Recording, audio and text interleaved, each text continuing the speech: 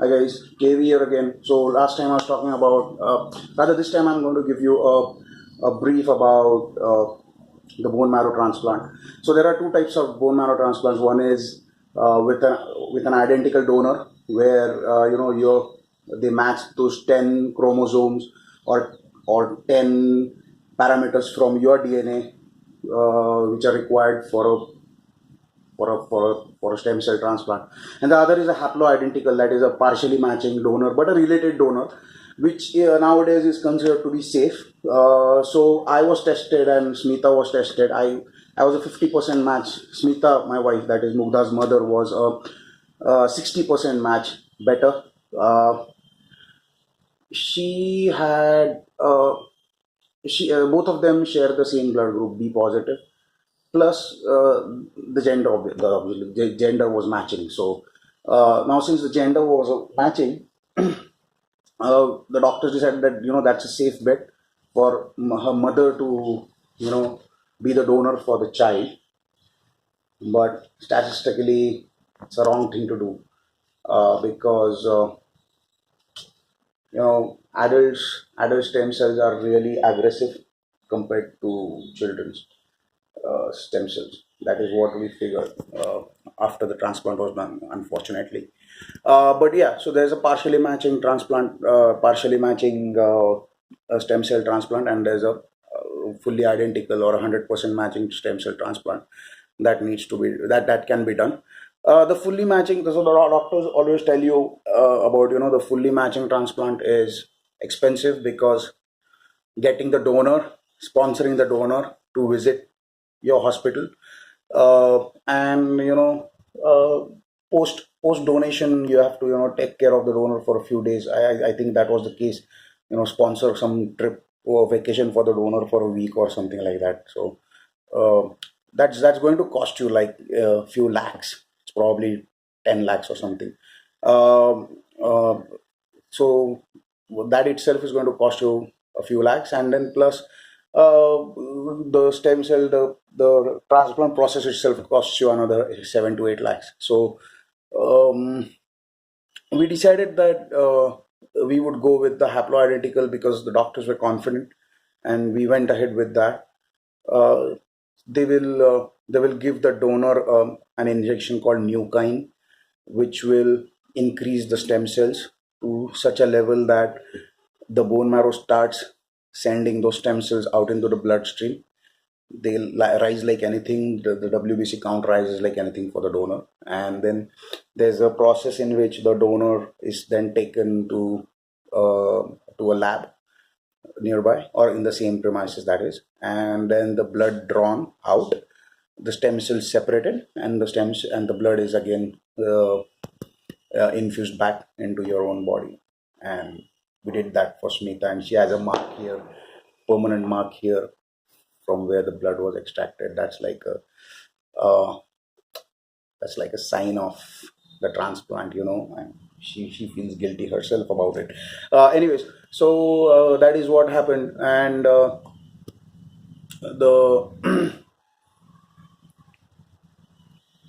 I'm blank here. Yeah.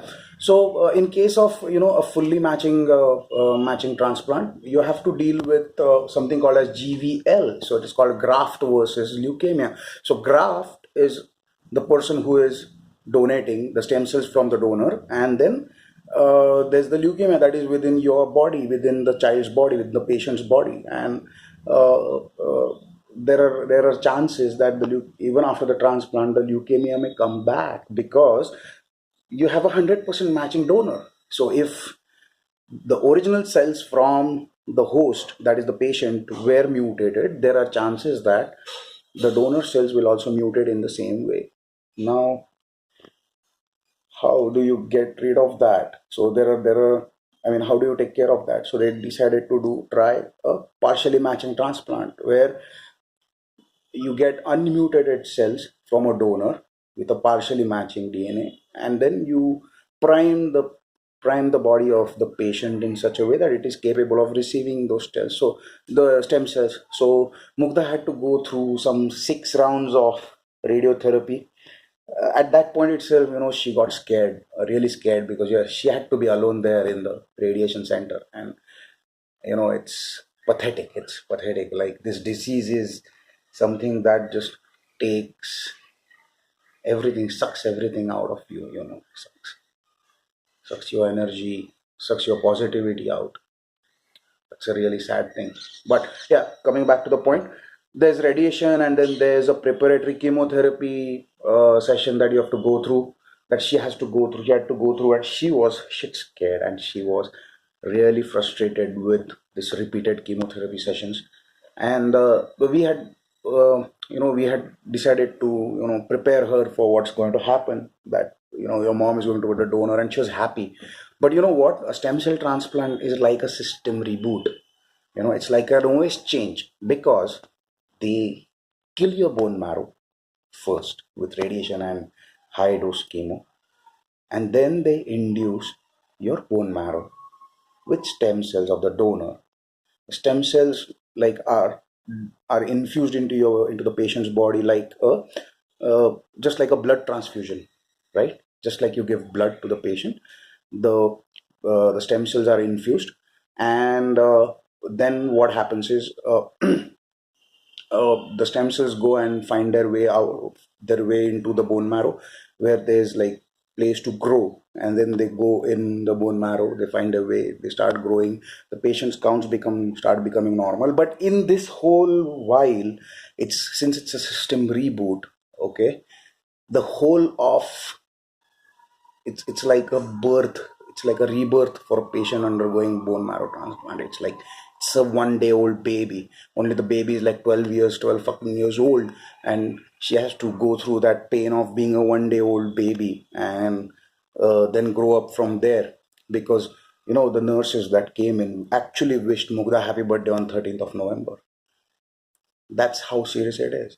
And as I said before, any which way I look at it, I feel it is wrong. Because let me get to the point here now, is that once you do the stem cell transplant, once you do the transplant, you are at the mercy of doctors, and doctors alone.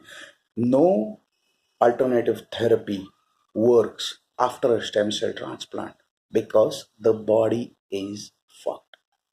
Okay. Now, what happened with Mugdha was that she had refractory ALL, and then she had refractory GVHD. So I'll tell you what happened with GVHD. Uh, I explained something about GVL, graft versus leukemia. In case of 100% matching transplant, there's a scope of graft versus leukemia, where the donor cells would also go through that mutation. That is scary enough, but GVH is fucking even more scary. Because, believe you me, you are not prepared in any which way to experience what the patient goes through. Believe me, as a parent, you are not prepared to see your kid go through the shit that they go through. Only a few people come out of it alive. Only a few people, mind you. There are, I mean, even if the statistics, the doctors will talk in terms of statistics, but they are just statistics. They're not true. Statistics are limited to that hospital alone. You don't have like a world statistics of transplant patients, where like out of like 100 hospitals that did transplants, allogenic haploidentical stem cell transplants, and then you have a statistic which says that 70%, they had a 70% success rate. No, that is not the case. It's a gut feeling of the doctors with statistics to support normally. So I'll tell you also one thing. I had met a very good Ayurvedic doctor in Pune, and he had said that uh, actually a stem cell transplant is a very it's a very invasive procedure, whereas the doctors say that it's not an invasive procedure. But my friend, it's a very invasive procedure, because I mean, it just, as I said, it's a system reboot. Like, what do you do of the organs that are inside your body that were built using the patient's own stem cells? What do you do with that? How do you manage that? So GVH is graft versus host. So the donor cells, once they start growing from the after the transplant, once they start growing, they will spread across the body as your white blood cells, as your plasma, as your platelets, as your red blood cells, and so on and so forth. Whatever happens with the stem cells, and the patient's counts become normal. And later on, they start actually, figuring out that we are in a foreign body, or whatever the organ is inside the body is foreign to it, because they still feel that we are in the original body, that is the donor's body, and the organ is new, the liver is new, the abdomen is new, the skin is new. So GVHD happens in three primary places. One is skin, you get skin GVH, you get gut GVH, and you get liver GVH. In case of liver, if there's a GVH, the patient straight away gets jaundice. If in on skin, there are like rashes everywhere on the skin, and you know it's really difficult. It's really difficult. Like they're itching and they're like burning. The rashes are burning. And Mugdha got like two of the three GVH symptoms. One was on the skin. So 13 November was the transplant date. We got her transplant done on 13 November. On 28th November, or 20, I think 28th November or thereabouts, uh, she got discharged. 27 November. 28th November was Mita's birthday, that is her mom's birthday. So I think we celebrated her birthday in a small way. I still don't remember that to be exact. And then she started getting those rashes. Those were GVH rashes, and we didn't know what to do. We called up the doctor, and he asked her to admit us. He asked us to admit her, and we admitted her to the hospital again, and she was given prednisolone. So there are multiple factors, there are multiple ways of how GVH is treated. I will come to that in my next video. You can just watch it later on. It will come up in a few minutes. I'll just stop here and I will explain you what GVH is all about and how shitty it gets when you're treating your patient. See you later, guys. KVR out.